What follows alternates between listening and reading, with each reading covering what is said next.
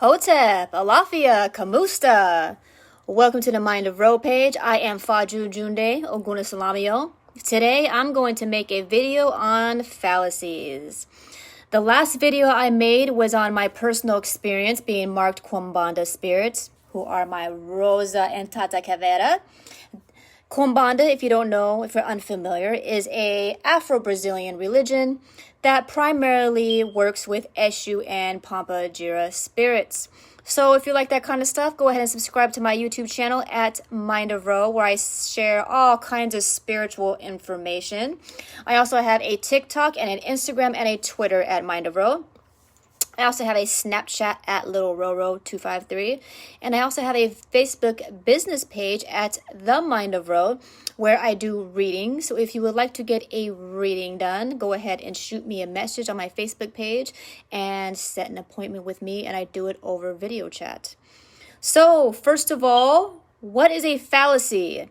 A fallacy is a mistaken belief, especially on unsound argument. So basically, just because you are unwilling to reason, it doesn't make the argument invalid. So basically, fallacies are sorry, I'm getting tongue-tied. Actually, don't confuse me. Confuse my enemies. Manipulative techniques to try to sway someone's attention another way. It's basically techniques people use in arguments. And the reason why I'm making this video is because it's all over social media. It's all over the news. It's all over media in general. And it's plaguing our planet and turning people into toxic people. It's also drawing a lot of people into being brainwashed into a state of being not at peace, if that makes any sense, because fallacies tend to cause people, if you are at peace and you have somebody who does a lot of fallacies and point them at you, then you're not going to be really a peaceful, happy person when you're around this kind of concept. And a lot of times it's very hidden. It's very sneaky techniques that a lot of people use. So if you want to be mentally free, emotionally free, physically free from being manipulated by these techniques and tricked into you having a conversation that you're really not having, then being aware of fallacies is going to be good for you. So today I'm going to just touch base on five major most popular common fallacies that we come face to face with on a regular basis, especially all over the TV and all over the internet.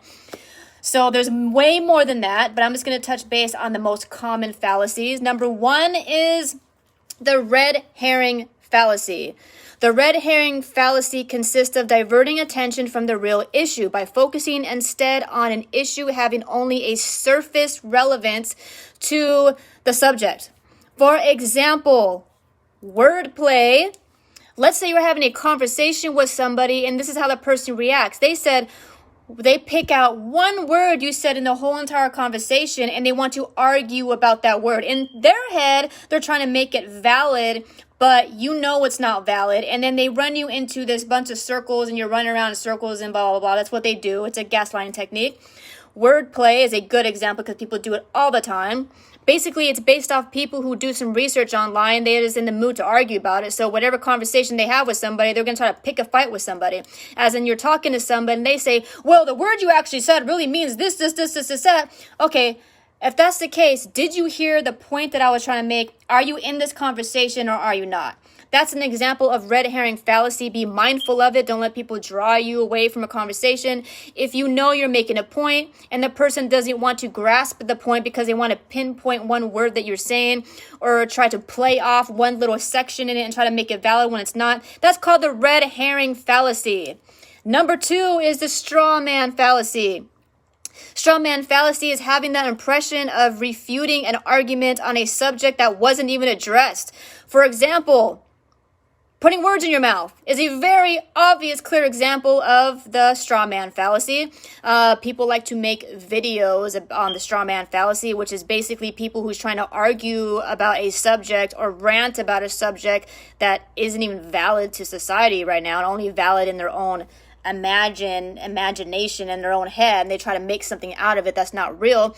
This is why we need to do shadow work, because a lot of people who need to do shadow work on themselves, when I say shadow work, I mean being in tune with our shadow self that likes to sabotage our life and sabotage a relationship. People who need to do a lot of shadow work do a lot of this straw man fallacy, which is putting words into somebody's mouth or making this big illusion that something is happening when it's really not happening. They're trying to fight and argue with something that's clearly just all in their imagination, which is why it's called the straw man fallacy. It's basically them trying to fight a straw man that doesn't even exist, and it's all in their head. So I have dealt with this many times in my life. Have you ever felt like you're having a conversation with somebody and they're talking to you, but you feel like they're not talking to you, they're talking to a wall, or if it feels like you are talking to a wall? It's most likely because you're dealing with a person who is trying to pull the whole straw man fallacy.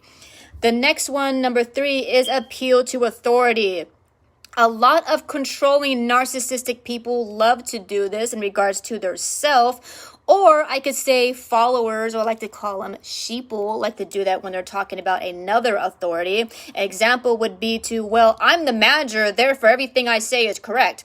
Or other people might say, well, this is the president, therefore if they're the president, then everything they say and do must be correct, right? That's called the appeal to authority. Just because somebody has authority, it does not mean they're right.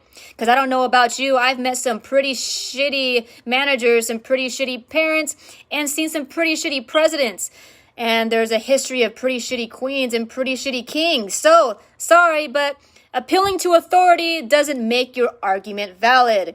Next one, number 4, is the bandwagon fallacy, which is what we like to call sheeple. A lot of people get very offended by that, but if you were not considered a sheep, you shouldn't be offended by it at all. If this offends you, then you're probably dealing with the bandwagon fallacy, which is example is, well, everybody else agrees with it. Everybody else is doing it. Well, it's a popular vote. And my dad used to always tell me all the time growing up, well, if everybody else jumped off the bridge, would you? And a funny response would be, well, if I landed on the fat guy, maybe I would jump off the bridge. But that's called the bandwagon fallacy. If you think that it's valid because everybody else believes it, that's the whole definition of being a follower and being called sheeple. So please don't be the sheep and follow the herd, and learn how to think for yourself. Number 5 is a personal incredulity fallacy. I hope I said that right. Example of that would be, well, if I don't understand it, therefore it's invalid. Well, I'm sorry, but every single one of us is a human being, and we don't understand everything that exists in the whole entire universe. And I know that a lot of us want to wish we know every single thing that ever exists in the universe, because the universe must revolve around us, right?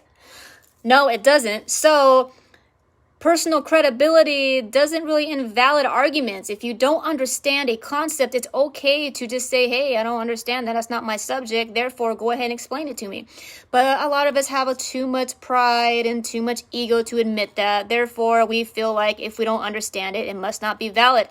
Please be mindful of these fallacies, because it does not serve us, and it's actually causing a very toxic society of argumentative people that we know now of so-called activists or woke people or conscious people that want to use these fallacies to validate their consciousness or wokeness or whatever you want to call it. But if you're doing a fallacy, you're not as woke as conscious as you think.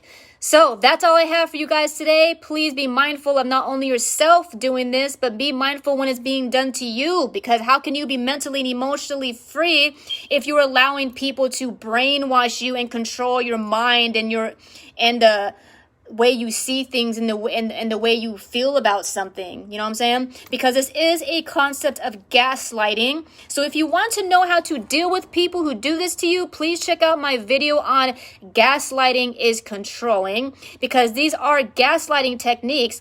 In that video, I share all kinds of stuff about what are signs you're doing with a gaslighter, what can you do to stop being a gaslighter, and how can you respond to a gaslighter. So if you like that kind of stuff, go ahead and subscribe to my YouTube channel at Mind of Ro, and don't forget to hit that notification bell so you can be notified whenever I have more wisdom and enlightenment to share with you.